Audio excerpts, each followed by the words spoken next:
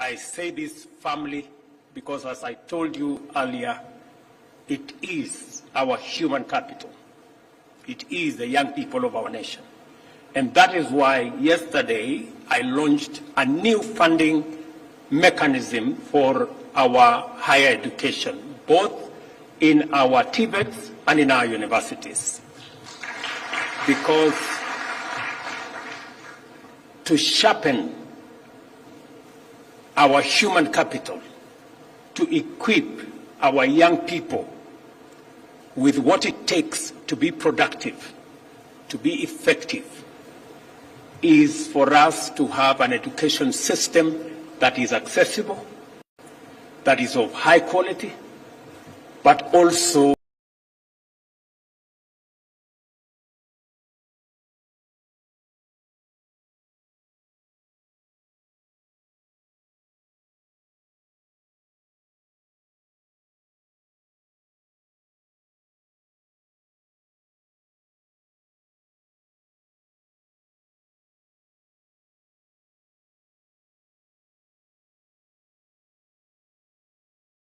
that is relevant.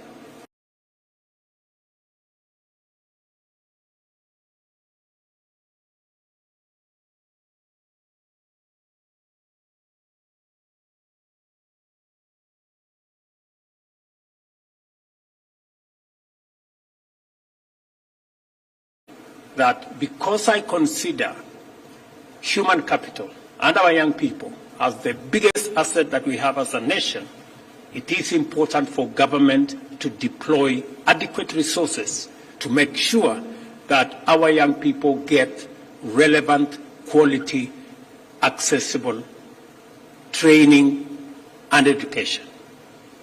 And that is the purpose of the program and the new funding model that I launched yesterday, that is going to not only increase the amount of money available for the training and teaching and education of our young people, but it is going to be predictable and it is going to be timely. Let me thank this collaboration between EcoBank and Fingo Africa. The job creation mandate that we have falls upon every pillar of our transformation agenda, with special focus on the digital superhighway and creative economy, the MSME transformation, agriculture and agro-industrial value chains, and the affordable housing program. We have an ambitious program, the digital superhighway and creative economy agenda, aimed at developing 100,000 kilometers of fiber optic infrastructure to connect learning institutions, government institutions, health facilities, even up to every ward in the Republic of Kenya.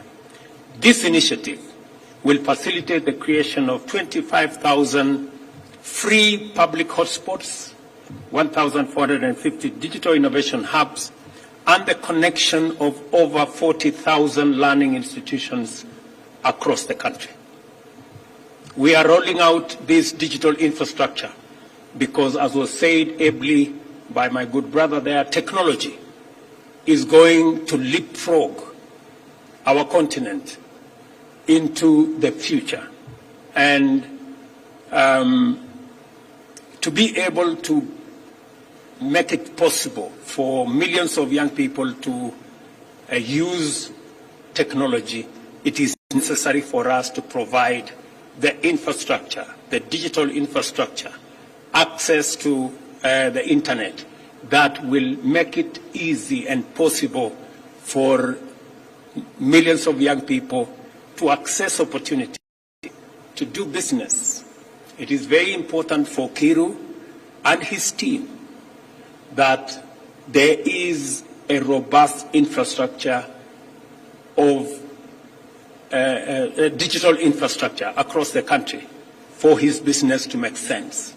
And that is why we are deploying this one pillar of the bottom-up economic transformation agenda as the digital superhighway.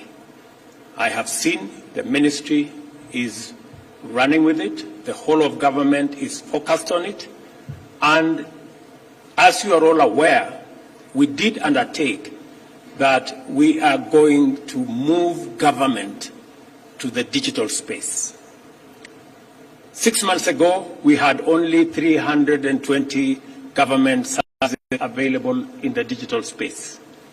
Today, we have 3,000, and I am committed that by next month, I am informed by both the Ministry of ICT and the Ministry of Interior that we will have 5,000 services by 30th of May, and by the end of this year, all government services will be available online.